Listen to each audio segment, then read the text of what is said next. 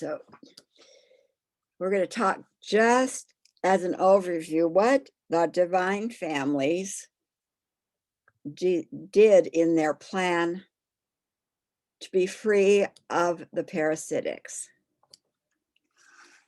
And it's really important to recognize that in that seventh world, our life force was diminishing for the many, many reasons we've talked about. There was nothing more important than to get rid of those beings whose agenda was the cause of our diminishing energy. Unless they were gone, we weren't going to turn it around. What would that look like? I have no idea. We were in collectives, group mind, consensus. When it wasn't one falling, it would be 50 million falling. What does that look like? I don't know, but it's not a pretty picture. So it was like, what do we do? They are here. We've given away the bus. And in the giving away the bus, we have been harmed. We have had violence. We have been deceived. We have been kidnapped. We have made contracts with ourselves to diminish, to hide, to signal for help. We were a mess. And so the fact that we hadn't given up hope, I think speaks, none of us are in that kind of situation right now. No matter how difficult our situation is, we are not in that situation right now. But so I think we can at least relate to what it speaks to of the inherent strength, hope, commitment, intelligence within those divine families groups that says we darn well are not giving up. We are not going under. When everything looked bleak, they were not going under, and they came up with another plan. They've been trying things all along. It wasn't like they were just going down. They'd been trying various things all along the way. So they came up with the idea that, with making it pretty simple, that in the next extension, which wasn't Earth, there was no Earth, in their next extension, they wanted to be on a platform in which the energy of outsiders would be discernible. They wouldn't be able to slip away and to hide, and they would be seen for who they were. That's a good idea. Therefore, energy having to slow down. Energy being made visible. The law of manifestation. We call it the law of manifestation. It was not created. That law is not in place so that you can have wonderful relationships. It is not in place so that you can have a career that makes you financially stable. It is not a place so that you can manifest parking spots. It is in place so you will see outsider energies. You see, that's why it's in place. Now, does it do all of the rest of those things? Yes, because it's a law. Energy will slow down. Energy into that life form, that life flow, will cause energy to attract to itself what it is, and it will cause itself to grow into what the seed is, the law of manifestation. So can we use that law to have better relationships? Yes. To have a better career? Yes. To manifest parking spots? Yes. It's not its purpose. Now, what's so interesting is its purpose is so we can see the shit. And what do we not want to do on this planet? See the shit. The very thing we were intending to do. And we figured that would help. That would be a big move forward. law of manifestation. Okay, that's good. The other thing we recognize is the consensus. It takes a long time to get everybody on board. Gee, we didn't have time. Those outsiders would slip in and slip out and, do their damage before the consensus could even come together. So we do not function on this planet by the law of consensus. We can, that is part of our nature, but we added the law of personal choice. One voice, not hundredth monkey, ladies. One voice to make a difference.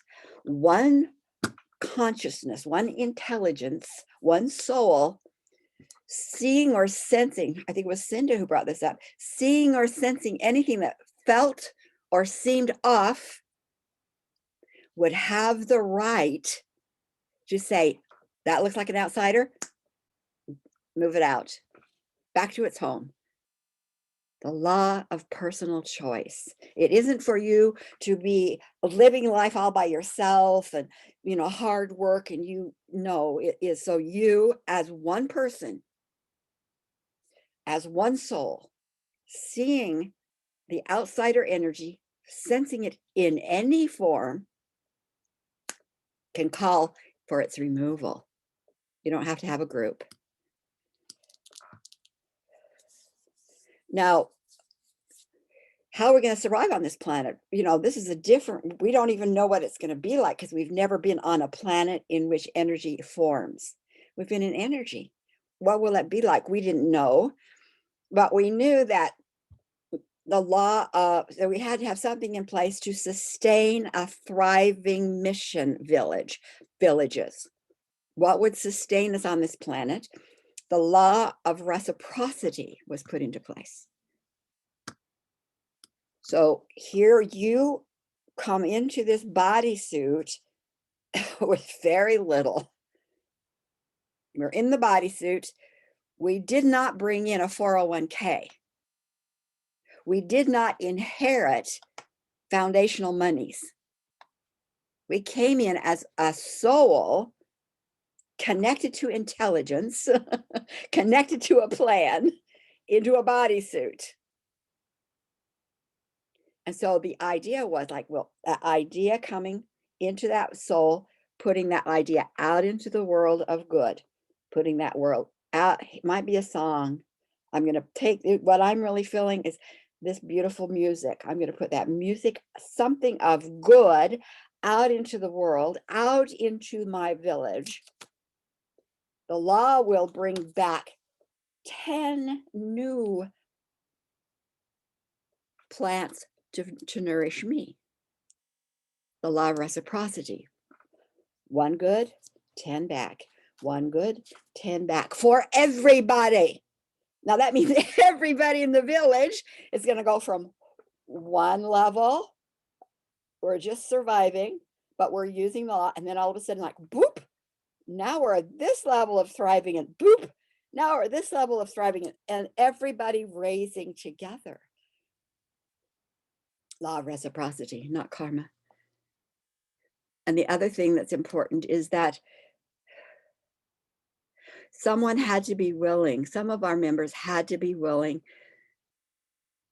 if necessary, to be the ones through which the parasitic or the outsider energy would be seen.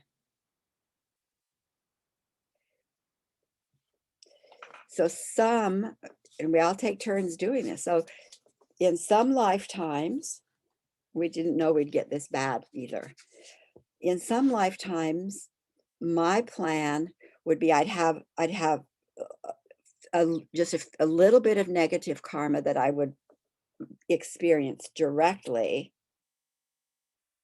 which would leave me a little clearer from somebody who else is willing to let a heavier degree of karma show up in their life. Because the outsiders were here, if we didn't catch them at a feeling or a thought or a sensation, they would show up as actions, as behaviors, as patterns. And if we were all locked into the patterns all at one time, going back, Sharon, if it's okay with you, and Cinda, if we were all locked into addictive behaviors all at one time, nobody would be clear enough. Nobody would be stable enough to say, I know who you are. I know what's behind you. Back to your home of origin. So we take turns. Sometimes we directly are having that influence move through us until somebody catches it. We're hoping they catch it early. And some of us say, oh, this lifetime, I'm going to stay pretty clear so I will be the one that's stable enough in my own life and in my own ability that I'll be able to call it out. Alexandra, oh, not Alexandra. It's another A. Angelique. There's a question popping up all the time, and it's also because of the story of Sharon Alexandra. Yeah. And the answer of Cinda. I wonder, I have a brother who has also an alcohol problem, but he has also his physical problems. He has become very, very ill now. And I can see there is this outsider energy around him, with him for all his life. I see it all the time. And I wonder if I should really work with this energy and send it home. Don't I need any consent of his spirit or his being? It's an excellent question, Angelique. When you understand, again, the bigger picture, consent is already there. Consent came, first of all, when our divine families said, I'm going to use one, I am extending from home in order to create and experience balance and joy. That's the bottom line choice. That's the bottom line choice. It has never gone away. He has that as part of his nature, even though he's not aware of it. Now, that's one thing. The other thing, the mission force, those of us here in physical bodies are on this mission. We are here voluntarily, whether we know it or not. We are here voluntarily. So let's just use him as an example. So because he is here on this mission, we could ask, and I will ask. It's not really important to ask because I tell you what I'm assuming, but I'm going to ask. So he, Sharon's brother, people that we know, are here voluntarily and willing to show the rest of us that the outsiders are still here. That he has not given his choice to stay trapped by the outsider. He has only given his choice to show you, me, the rest of us, that they are still here. Now, our responsibility in that, he was willing to experience it directly, not because he's bad, not because he's less than, but because he took on that part of this particular lifetime of a mission. It's crippled him in many different ways. There's just no doubt about that. But you've taken on the mission to say, I'm going to stay clear enough. And what we haven't realized is part of that clear enough is to say, put my brother in a guardian circle.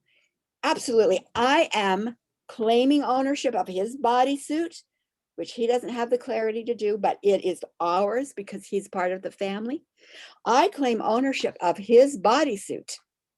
It belongs to the divine family and it belongs to the mission force. And I, as a woman, am saying, this is my body, my space, and darn well get those PTOs in, tag healers in, and start working intensely on him. It's your responsibility. His higher self has already given permission.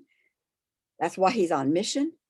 Now, everything we do in the TAG Galactic System of Healing, everything we do, even though I'm saying that, we nevertheless factor into every protocol connection to the higher self of the person, connection to his causal team, his divine plan team, so that we give them the full enchilada. We give them this many pages, you can do all of this, all of this, all of this, all of this.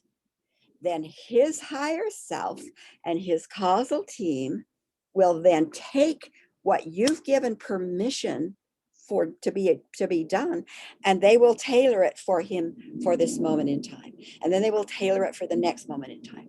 But if you don't give them the permission of the whole package, like galactic, guardian circle, the whole protocol, in the tag healing, it's that, it's a different protocol, but it's part of the guardian circle. You give them permission for the whole enchilada, then his higher self and his team will then tailor it for him. So he's already given permission. He made it when he left home, divine home. I'm here to experience blank. And I'm on mission to bring that back into play for myself and all the rest of the family. Does that help, Angelique? Well, I'm not sure. I think I have a feeling that I'm too late somehow. No, you're never too late. Not doing it is too late. You're not doing it is too late. You do it right now. We were supposed to have done 90% of those negative patterns were supposed to have been cleared by age 1. It's too late for all of us. We were supposed to have walked away with only 10% of that negative stuff we brought in to heal. But all of us walked away with 100% because nobody was telling us. Nobody told my mother. Nobody reminded my grannies to sing it away. But I tell you, the mothers I'm working with now, we are singing away, and we are dancing away, and we are talking away 90% of the negativity every baby brings in with him or her. So it's never too late. I call it the 11th hour. I worked with a woman who was 93. She was in perfect health. She did not want to get old and diminish. She wanted to just twinkle one night, not wake up. And all of a sudden I realized, oh my gosh, all of this stuff she brought in that I now am aware is marked to be removed has not been removed. And she might live another 3 months or a year. Not too late. Get it done. Give her team permission and they will do what needs to be done. This is where it's important to be able to say, this is what I direct. I give permission for the whole enchilada. And then you let go and I don't say God because it's not big enough. You let go and you let their good take over. You don't let their good take over before you set the outcome. That's wrong. You don't just say, oh, God's got a plan, let go and let God. No. You make sure the plan is the highest and best for a person. You give declaration for it. And then you turn them over into that loving team. Let them do it, whatever it is that they need to do. They know how. Spirit, did you raise your hand? Thank you. Like, these questions are phenomenal because it's like I'm down the rabbit hole further and further with each question. Okay. I like what you said when you opened up the circle and set space for us this morning, because this is something that's been resonating in my spirit and one of my divine sisters' spirit the last couple of days. No tolerance, because that's where I'm at right now. Not in an aggressive way, because I know we don't fight because we're doing the same exact thing we're doing if we fight. So it's letting the divine will be done once we call on. But when does the role of personal choice come into play? Now, I'm just talking for myself, like living my life, using PTO. I'm using it for certain people, not saying that I don't throw it out here and there, but like, what does personal choice come into play? Like, for instance, I'm disassociated from for the sake of telling a story, my bloodline on both sides. I'm only connected to my two sons because I raised them, and whatever they have, I help put that in them, you know, and one female cousin. Otherwise, everyone's son, they are gone. Because when I was in a most vulnerable point in life, so they thought I was vulnerable, their true fangs showed, and they were coming for me to, and I gave them a word. You shouldn't do this because of this, that. Others over the years, you know, I know you're hurt and things happen to you. You shouldn't do this because this, that. So where it comes into play that people are making a personal choice. You gave them, this is what's going on. This is what you're doing. And you choosing a path. So I just want to, not saying that I know, I want to understand this more, because even where I am on my journey, having this sacred time to be alone, even though I'm not with my bloodline and I'm just living my happy life using your tools, building my own world, flying, Great Spirit, Mother and Father are showing me ways, in different ways, that they're out there still trying to destroy me. Like really showing me, not what they are doing. Like, wow, here I am, like, and you're still out there. So when does personal choice come into fact that, and the laws of what you give, you get. So it's like really, so please, you know, help me. I'm sorry, I know I said a lot, but it's like, I'm not confused. I just want to, you know, understand more. Thank you. Your personal choice relates to you. You have personal choice over who you are, how you interact, how you choose life. I mean, you've talked about personal choice right there. You made choice based on you, what you as a person wanted in your life to say no. That doesn't mean that they're not over there still doing whatever they're doing, because they have personal choice. The thing you have to watch is if it shows up in your world, it's in your energy field. So the question you might want to ask is, how am I feeling? Is there an emotional tug there, or is it just neutrality? Is there, do I need to look, you know, like I would use a process and have in saying, you know, is there anything in my field, you know, going quietly within, is there anything in my field that is connected to how they're speaking to me? I mean, is there any relationship? And you keep clearing anything within you that is part of their need to reflect. And eventually they might still be doing the same thing, but you probably will find them doing is they'll doing it with other people, and you will be less and less impacted. The personal choice is, this is your life, and you are the one who gets to choose what it contains. And we all come in with it containing a lot of garbage. And maybe I asked my question wrong, because I know it's personal choice. And I do, when I'm not in contact with any of them, but Spirit just shows me in ways, this is what's going on. I'm going to show you who's doing what. And this is what's going on in my life. When people are doing things behind the scenes, Spirit shows me what is going on. Not all the time, a lot of times. But I'm saying for them on the other end, that we know there is parasitic energy. But when you say, hey, I might not say PDO to you, parasitic energy, I might say your behavior is this.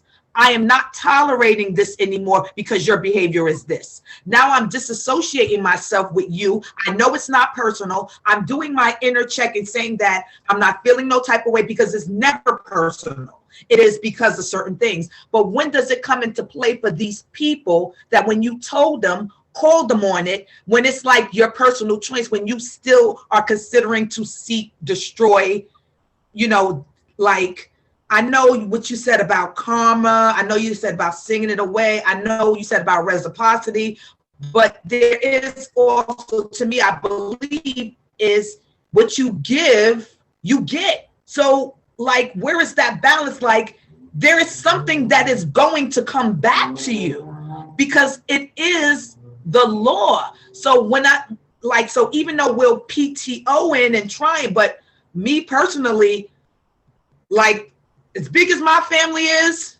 and with a lot of toxicity that's going on, me personally, my main is my two sons, which are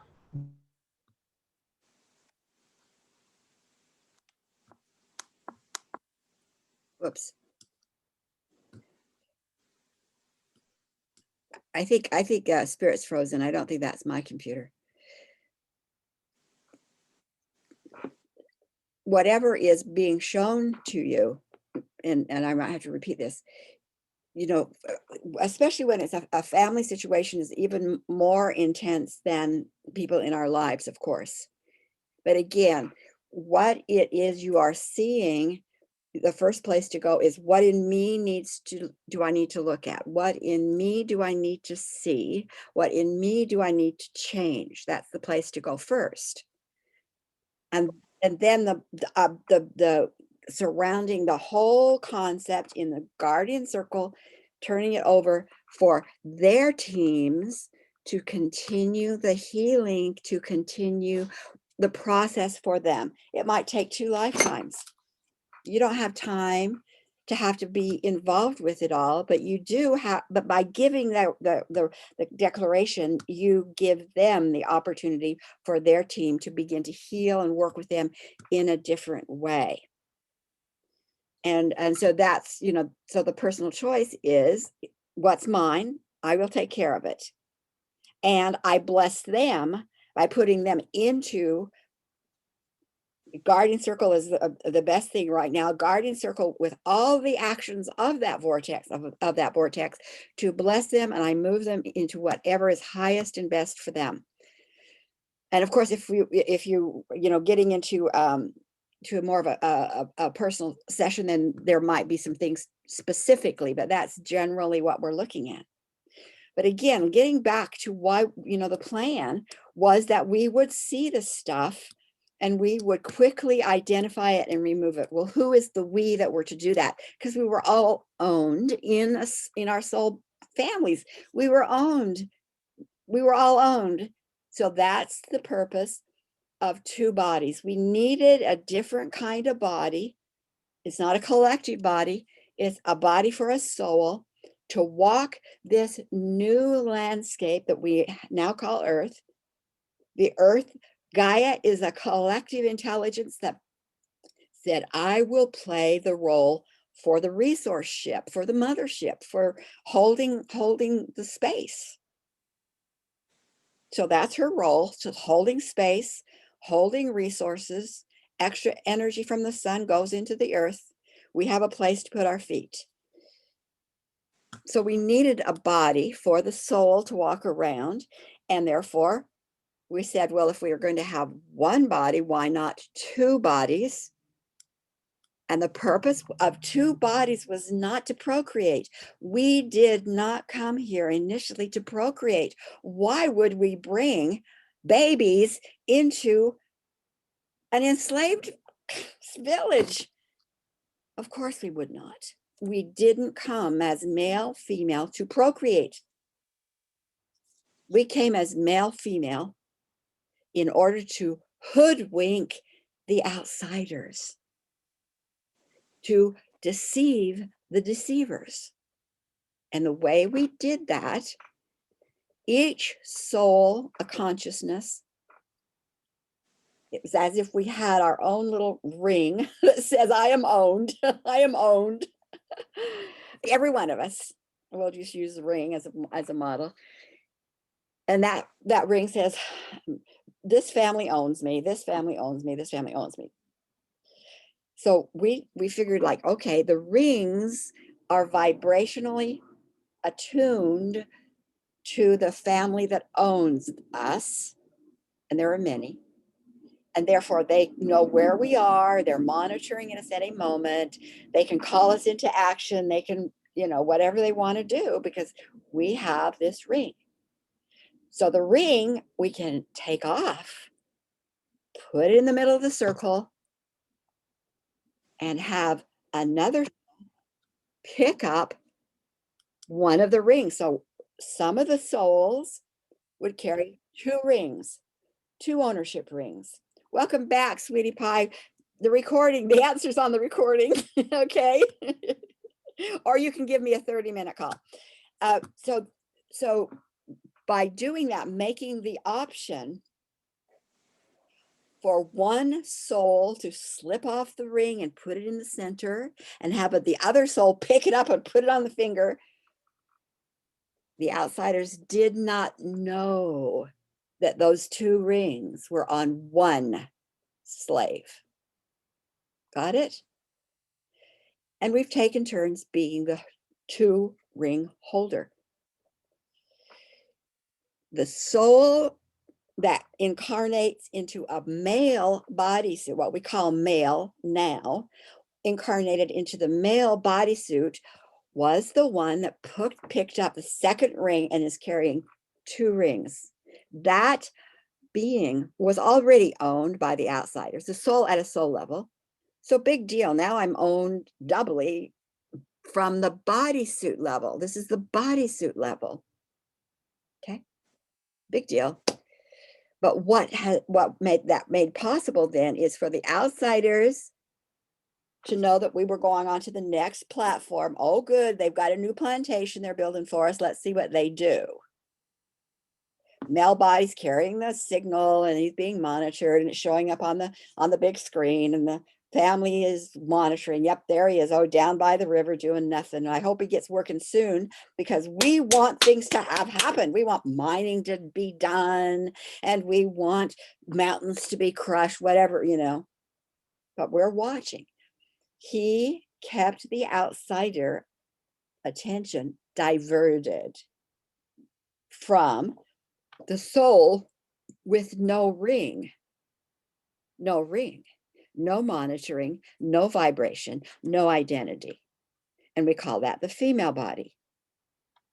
So the soul coming into a female body would not be seen, known in any way by the outsiders. Besides that, she was not owned. She was not owned. What does that mean? That means she's an authority voice. She's an authority voice.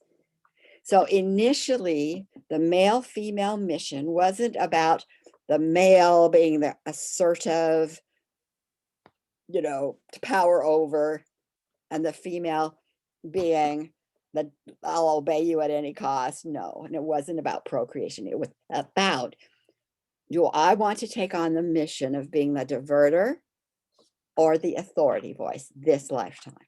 And we took turns. So I want to go through the chakras of the male first, the first few. So you see how it was intended. I mean, it's brilliant. I think it's brilliant, actually. So our power centers that we know as chakras are reflective of parasitic owned bodies. Just to let you know. The current chakras we've been using for how many hundreds of years reflect the crippled DNA, the crippled power centers, and the bodies of slavery. The bodies of slavery that the outsiders, and we'll get into that later, so no questions about that right now. This bodysuit, this whole shift in the last 20 years has also been about changing the composition of our bodies. So this is how the chakra centers, the power centers, and I think we may have gone over this, but I'm going to go over it again. The power centers of the male. Now remember, the male is being monitored. So this is how the centers were to unfold according to the original DNA for the male body. The first chakra for both male and female is the causal center, which is off planet. It's in the 7th world. It's like checking out the body, the plan.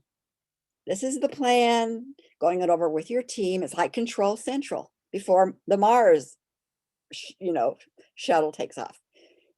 The causal chakra.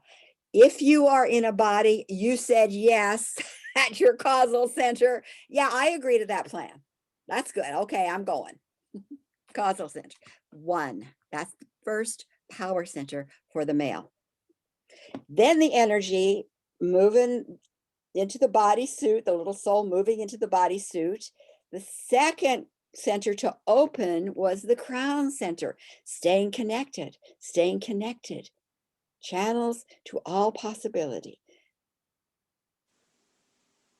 That frequency is very high, higher than outsiders would be able to identify with. So they can monitor the ring, but this causal chakra is like kind of up there etheric, and they really can't tap into that without some kind of a help. So causal chakra opened, all possibility, home channel coming through the sun right down into the male body, and then flowing right down the midline to the heart center. The heart center would be the third chakra to open for the male, and it is flowing that same energy, recalibrating it for this new planet, putting new codes in to flow it into the village, filling the village with energy of all possibility. The nurturer. That doesn't flow into one female body. No. That would defeat the purpose. This is nurturing the entire village. Sitting in meditation, letting that energy of all possibility fill the village. Fill the village. The reservoir of energy, specifically colored and recalibrated by this soul in a male body. He'd be sitting by the edge of the water, tipping his toes in, and the outsiders are going like, what's he doing? Well, he's not doing anything yet. Boy, was he doing a lot. He was filling the village with love harmonics, specifically for use for that village. The nurturer, the male is the nurturer. Okay, now that's where he was to stay. He was not to go any further. He was just to be the distraction. They're monitoring him. Now, let's go to the female chakra unfoldment. And I want you to, as I go through this, I'm going to go through a little bit slower, I think, and I'm not going to go through the entire chakra system, but just through the ones that are the basic. And I want you to, at each causal center, feel where you are with it. Is that something you're comfortable with? How does that appear in your experience? Because this is yours. So first is the causal. There's your control central. There's your team. Off planet, they're looking over the plans. Who are they? What do they feel like to you?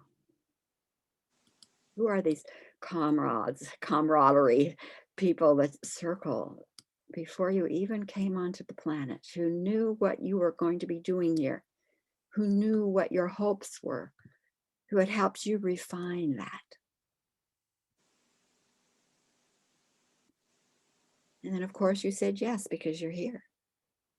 And you come into that body and you land in the physical body. Now, already there's that body that's a little different. But your energy goes right straight, activating the body itself, yes, but the energy right down to the feet standing on the earth, like that little babe, feet on the earth, butt on the earth, laying on the ground. I am here. Vibrationally, I am still vibrating at my soul's frequency. So when you are laid on the ground, that Mother Earth energy says, oh, Sharon, you're here. Oh, Arlie, there you are. Oh, Gail, this is who you are this lifetime. She said, oh, I recognize you, Angelique, my sweetheart. And there you are, Tara. And Spirit, yes, you're finally back. The vibration says, Cinda, where have you been, my love? And Alexandra holding you, saying yes, because vibrationally, you are pure. She recognizes your frequency. Earth at the feet. And then you say, oh my gosh, I am. And the door opens and the roots go down and you go down into the earth, into Mother's home. And you begin to see all of those heart connections of other souls in female bodies. Some of them have been here before you. Some of them are new like you. Some of them are mid-range, but they're all there gathered around the heart, the grace, the power, the wholeness, the desire of good,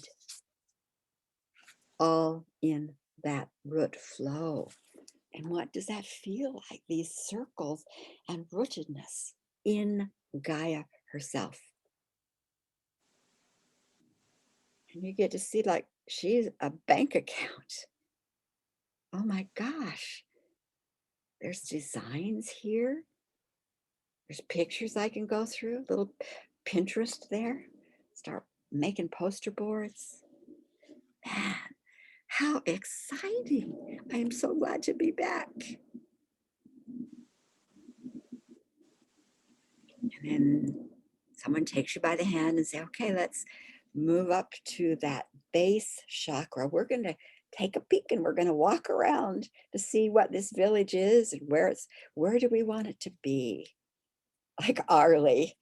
Nope, we're not going to Canada. We're going to New Zealand. Well, let's walk around. Let's do some walkarounds. Yeah, okay. And who decided where the village landed? The females. They decided where the village would land. And the discussions about where they would land was held within the females. None of that discussion was ever, ever, ever given to the males, because then the outsiders would know they were being hoodwinked. No, the males were over here feeling the energy, making it anything's possible. Love you guys, but we're staying off to the side. And once the base chakra was okay, this is what we want to do. Now we're going to design our village, and we want the garden here. And I think maybe we'll have this here and we'll put houses here. And, you know, the design happened. Who designed it? The women. Who set the policies? The women. Who decided the values that they would hold together? The women. Not that the men couldn't, they certainly could, but they had to stay out of the way. All of that was done by the women. And they could feel the vibrations, the harmonics from that male holding and filling and nurturing, but they were the ones who were the decision makers, and they designed what they felt would be a place that their village could thrive for the mission they were called to. So once the design was in place, it says, okay, now let's try on this law of manifestation. Let's see what happens when we hold the idea, speak the idea, feel the idea. Creative chakra, number 5. Creative chakra, number 5. And so then they got to see on this planet how energy was made, formed. Wave became particle, and how it happened by using this unique bodysuit of the female. And therefore, lush garden. We're doing good.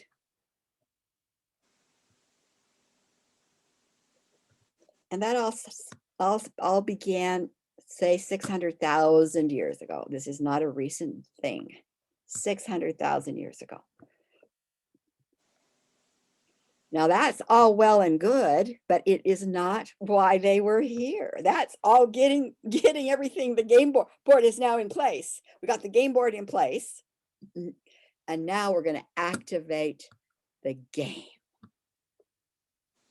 So we'll go back to the Judeo-Christian Garden of Eden, because in that story is very much what happened in a village. So the women, represented by Eve, in a village, and realized there were more than one villages in different places on the planet. We weren't just one village. We were several various villages on the beginning mission. So here it is, everything's beautiful, and all of a sudden, the women wander in to do their sacred discussion, and who shows up in their midst but the ancient holder of wisdom, the one holding the key for their next power center, Sophia, well, keeper of wisdom, Sophia, holding the key to activate their power to use discernment. Why discernment? Well, that's the purpose of the mission. What is going to expand us and what is going to entrap us? What has expanded us? What has entrapped us? Discernment. So then we hear the story, we go in to taste the fruit, to have knowledge of good, what will expand us, and evil, what will constrict us. Taste the fruit. Law of manifestation. Here's energy. And how does energy, when it slows down, what does it taste like? Here's energy of domination. And when it slows down, what does it taste like? Here's generosity. And here's discounting. Here's love. And here's diminishing. And what happens in that story? It says, my gosh, the women were excited. Wow, this is amazing. And they could tell the difference. Now, was it just for them to tell the difference so they'd have knowledge that good exists here and evil exists here? Was it just about knowledge? No. Knowledge by itself leaves you trapped. They were free of ownership, and therefore they had ability or authority to say, I don't know where this constriction is coming from, but it is not going to stay. It's not acceptable here. Remove it back to where it came from. Authority, all tied up with Sophia, the wisdom center of the solar plexus. And that was to continue until there was the outsiders were clear enough that we could move into then eliminating ownership across the board. Then the men, those souls in male bodysuits, would be able to safely, because they would no longer be owned. Their bodies would no longer be owned because the women would have stopped it and eliminated it with the authority. And then the men would move from the heart center to put their feet on Mother Earth, clearly still connected to the vibration of love, vibration of heart, and then they would be able to connect to the earth with their feet, their vibration, to say, I'm here. And you can now feel my vibration is one of generosity. My vibration is one of respect. My vibration is one of joy. My vibration, and Mother Earth would be able to say, welcome home. And we would not see forests being decimated. This is not a male problem. It is an outsider problem. and the crippling of the female mission problem.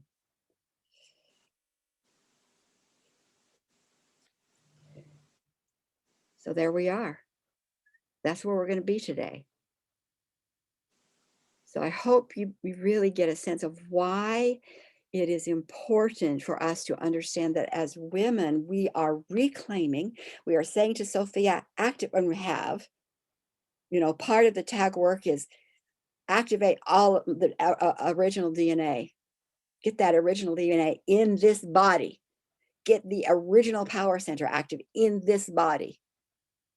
The corrections, remember, we made, we haven't even talked about that, but we did. We put in better boundaries. I think maybe class 3, and said those boundaries that we now have that were never there before, we have put them in place, and we have solid boundaries here.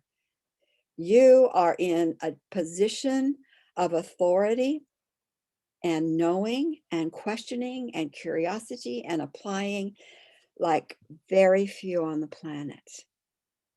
Even though they're in female bodies, they don't understand the full depth of what it is they have. But we're a surrogate. We are not doing all of this just for us in this class.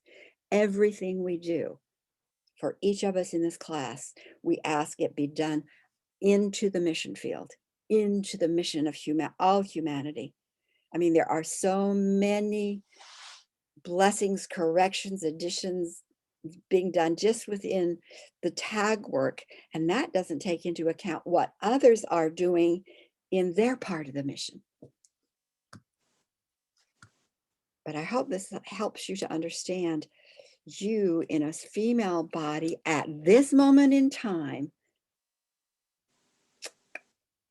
Unbelievable. Unbelievable. And what does that mean? We don't know. We don't know. But I do know this: whatever you might feel called to do, it is only an invitation. Whatever you are called to do is not you have to. So personal choice even extends into what we would call wonderful callings.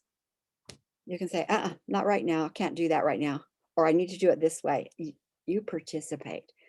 So you can know a lot, you can have a lot of skills and abilities returned and restored, and then you get to choose. You don't have to worry about, if I have all, my abilities brought back, then I'm going to have to.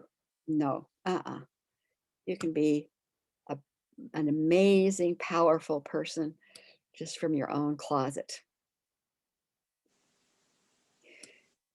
So with that, we have about 7 minutes left, not very much time, but is there anything that you feel would be helpful before we close?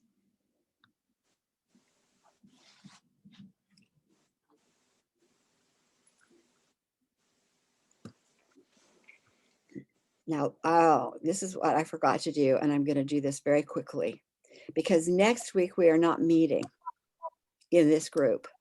We are meeting I'm going to ask that you meet in individual groups of probably, I'm going to create 3 different groups, and knowing that some are not here today. And when you go into these groups, who see who you are with, okay?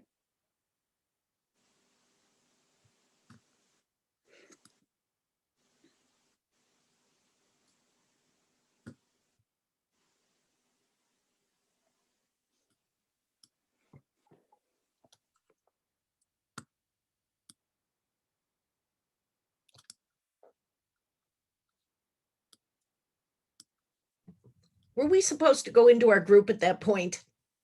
You were supposed to be moved. I moved and then I came back because no one else was there. So I thought I made a mistake. Could you put me back, please? Yeah, I'm gonna put you Group back. 2. You're going to go in room 2. Well, they won't let me put you in room 2, but you are in room 2. I'm going to bring everybody back right now anyway. Okay. And Tara too, she went in and came back. Okay. I forgot that part, and this is really important that I get to do that part. So everybody will be back in just about, they're going to have 49 seconds. So they're in, and I can't bring them out. So who else is in room 2? Cinda and Sharon Alexander. Okay. And Tara's in with Spirit and Gail. And the ones who can't be here, then we're going, I'll make sure everybody gets the correct information to connect with their group. And it doesn't have to be on Thursday. It can be any time that's convenient for your group. And you guys, I'm sure somebody will have a Zoom link. If not, you can get a hold of me, but we'll get that all worked out. We just took a lot of time with questions, which was important. It was important to do.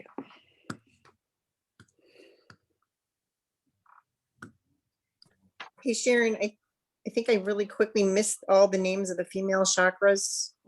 There'll be a handout on the website. Okay. Yeah, there'll be a handout. Okay, is everybody back? That was only to break you into groups to begin with. Next week, we're not going to have this class at this time. Your assignment is to connect with the ones that are in your pod. And some of people aren't here, so I will add some to your pod. So we'll do it all by way of email too, that you find a time when your pod can spend an hour or so in whatever way you want. This is your time. You might want to just talk about the weather or what's up in your life. This is your time. We are not meeting in class next week. You are meeting in pods. So I've captured who is all in the pods as of now. So I will create little emails around each of those and put somebody else in with you who can't be here. And then you can come up with a way to, I'll have a way to either through email, come up with a time, a Zoom place. Most everybody has a Zoom room. If you're in your group, you need help with that, reach back to me. So you have, really 2 weeks to figure out how you want to talk to each other. Okay. Okay, let's see where this one takes us. But you see the plan, I think the plan was brilliant. Too bad it didn't work out quite that way. So we're picking it up. We're picking it up. Okay, hey, love you ladies so much. Thank you. Love you, Sharon. Love you all. Bye-bye. Talk to you again. We'll see you soon. Bye. Love you. Bye. Bye.